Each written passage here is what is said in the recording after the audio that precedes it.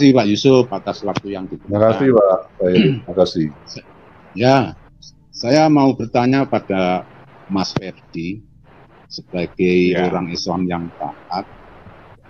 Beliau ini kan pindah agama. Bukankah di Quran itu disebutkan?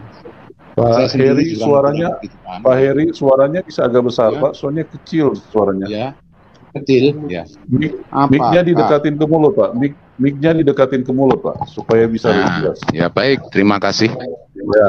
Saya ulangi pertanyaan saya. Ya. Saya ulangi pertanyaan saya. Yang jelas Bapak nanti akan dihadapkan oleh pertanyaan dari teman-teman seagama dulu, mesti mengatakan, bukankah agama yang paling diridhoi di bumi ini adalah agama Islam? Mengapa kok Bapak pindah? Kira-kira jawabannya seperti apa ya Pak? Terima kasih. Itu aja. Sekarang saya mau tanya sama Bapak dulu sebelum saya jawab pertanyaan Bapak.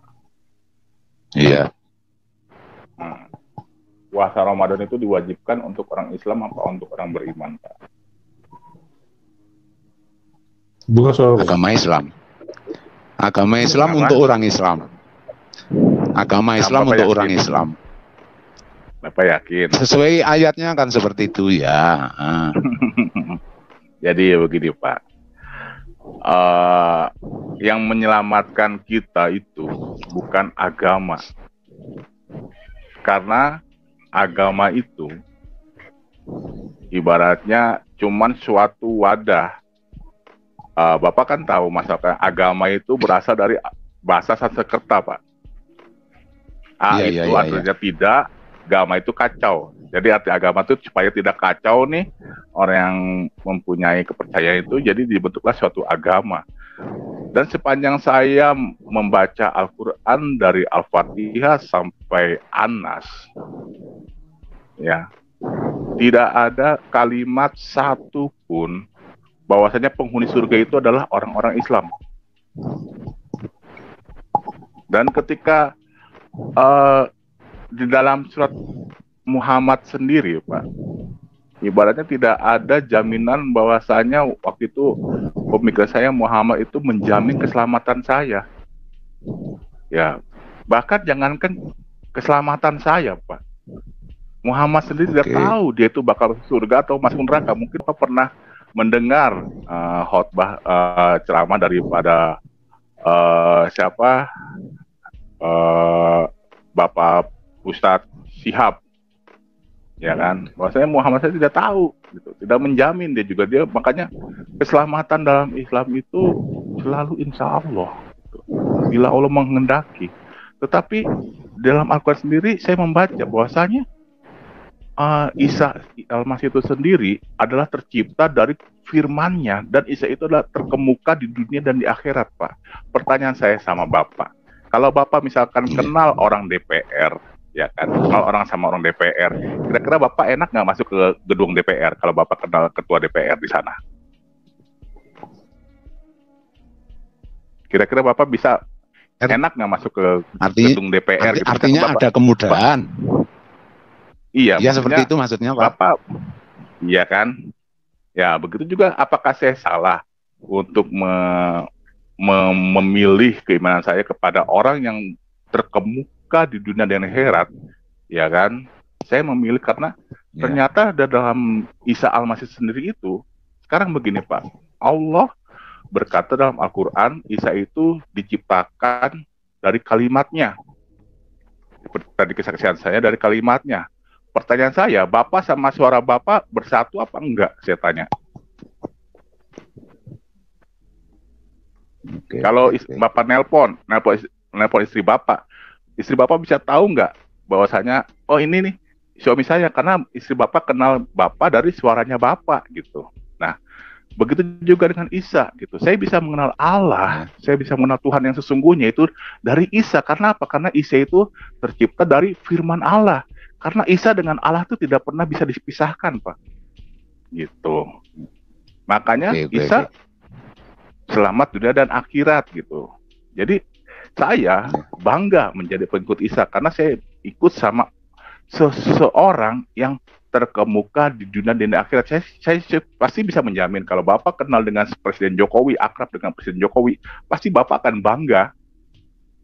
Pasti Bapak juga akan masuk ke istana negara juga pasti akan gampang gitu. Orang Jokowi itu ibaratnya CS saya gitu. Ibaratnya kayak gitulah. Gitu, Pak. Iya. Jadi, satu lagi kalau sedikit masalah... saja. Oke. Satu lagi nggih. Satu saja. Nggih, oke, monggo matur. Apakah Bapak bisa membayangkan bagaimana seseorang yang keluar dari Islam tuh konsekuensinya di lingkungan sosial maupun di lingkungan masyarakat begitu berat, yang jelas berat itu. Apakah Bapak siap seperti itu? Ya, terima kasih, itu saja. Nah, bagi saya, Pak, kematian dalam Kristus bagi saya adalah sebuah keuntungan. Jadi kalau saya tertolak di dunia, di lingkungan, itu bagi saya nggak peduli, Pak. Yang penting saya nggak diusir dari surga, Pak. Karena tujuan di dunia kita hidup itu cuma sementara.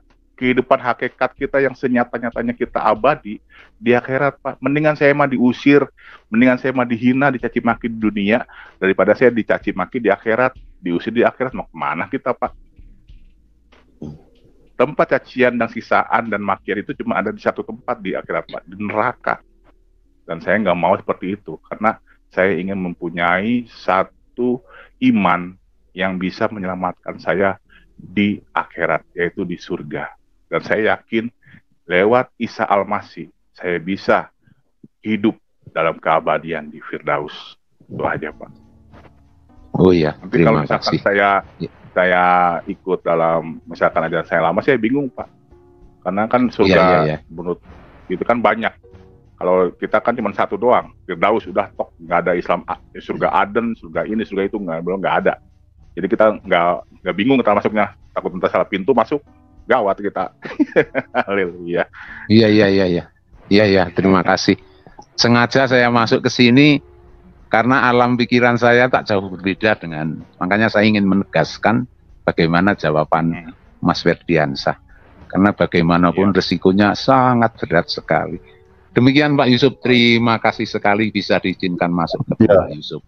Baik, Pak Heri, Bapak murtadin juga ya, Pak? Saya ini mau alap tapi mau kembali. Oh, mau alap tapi mau kembali. Oh, haleluya. Jangan tinggalin lagi, Pak. Bahaya, Pak. Saya bercerita kan tahu sanksinya, Pak Yusuf. Saya bercerita ini tahu sanksinya. Berat sekali loh orang kalau sudah murtad. Biasanya dicibir, diolok dan seterusnya. Oh iya, saya ngerti Pak. Makanya tadi saya bilang untuk meninggalkan Islam itu tidak mudah, ya, karena konsekuensinya sangat besar, sangat berat, ya. Tapi itu pilihan kepada setiap orang dan jangan sampai terlambat, Pak. Iya. Harus segera mengambil keputusan supaya karena yang bisa membawa kita ke surga hanya Tuhan Yesus. Iya. Kita mau ke surga pakai apa, Pak? Nggak mungkin, ya. Mau naik pesawat kan nggak mungkin. Jadi kita ke surga itu hanya Tuhan Yesus yang bisa membawa, karena Tuhan Yesus punya kuasa untuk naik ke atas dan tidak ada satu setan pun yang mampu menyedot atau menarik turun yang kita kenal dengan gravitasi bumi. Gravitasi bumi itu, ya coba Pak, handsetnya dicabut dulu Pak, supaya ini Pak, karena dubbing suaranya. Cabut dulu Pak, baru pasang lagi. Oke. Masukkan. Oke Pak. Oke. Baik Pak, saya mau jelaskan bahwa semua orang yang naik ke atas itu akan mengalami, kalau bahasa ilmu pengetahuan, akan mengalami gravitasi bumi. Tetapi kalau bahasa kebenaran, itu akan mengalami gaya tarik setan. Setan itu tidak pernah menginginkan manusia naik. Setan itu akan menjatuhkan. Makanya waktu manusia terjamah oleh dosa, itu kejatuhan manusia di dalam dosa. Jadi ditarik turun ke bawah. Nah, manusia ini sekarang ada di antara kita karena posisi kita di bumi, ya kita punya posisi di tengah-tengah. Kalau kita percaya Tuhan Yesus, kita akan memiliki kuasa untuk naik karena kuasa itu berasal dari Tuhan. Itu sudah ditunjukkan oleh Tuhan Yesus 2000 tahun yang lalu dia naik ke surga. Dan setan tidak mampu menarik dan menyedot. Tetapi bagi orang yang di luar Tuhan Yesus, maka manusia itu akan ditarik dan masuk ke alam maut. Karena setan punya pekerjaan memang membawa manusia untuk dibunuh, dibinasakan. Jadi kita ini ada di antara, Pak. Sekarang kita mau ikut Tuhan atau mau tetap dengan keputusan kita. Gitu. Ya. Kalau dulu Bapak pernah dengar ya, Pak, itu yang namanya gravitasi bumi ya, ilmu pengetahuan ya. Pernah. Ya, itu bukan gravitasi bumi, Pak. Ada urusan apa bumi menarik-narik manusia untuk ke bawah? Setiap benda yang naik ke atas, yang diangkat ke atas, kalau dia tidak disertai dengan penyangga atau teknologi, maka dia akan ditarik turun sama setan untuk dihancurkan. Karena bumi tidak ada urusannya dengan benda-benda, apalagi manusia. Bumi itu adalah benda yang diciptakan oleh Tuhan. Tetapi di sini yang kita perlu mengerti bahwa setan itu sangat ingin menghancurkan hidup manusia, sangat ingin menjatuhkan. Dan kita melihat bahwa Tuhan Yesus 2000 tahun yang lalu, hari ini diperingati kembali bahwa dia pernah naik ke surga. Dan setan merana di dalam kekalahan karena dia tidak mampu menarik Tuhan Yesus. Karena dia tidak berdosa, dia hidup secara roh.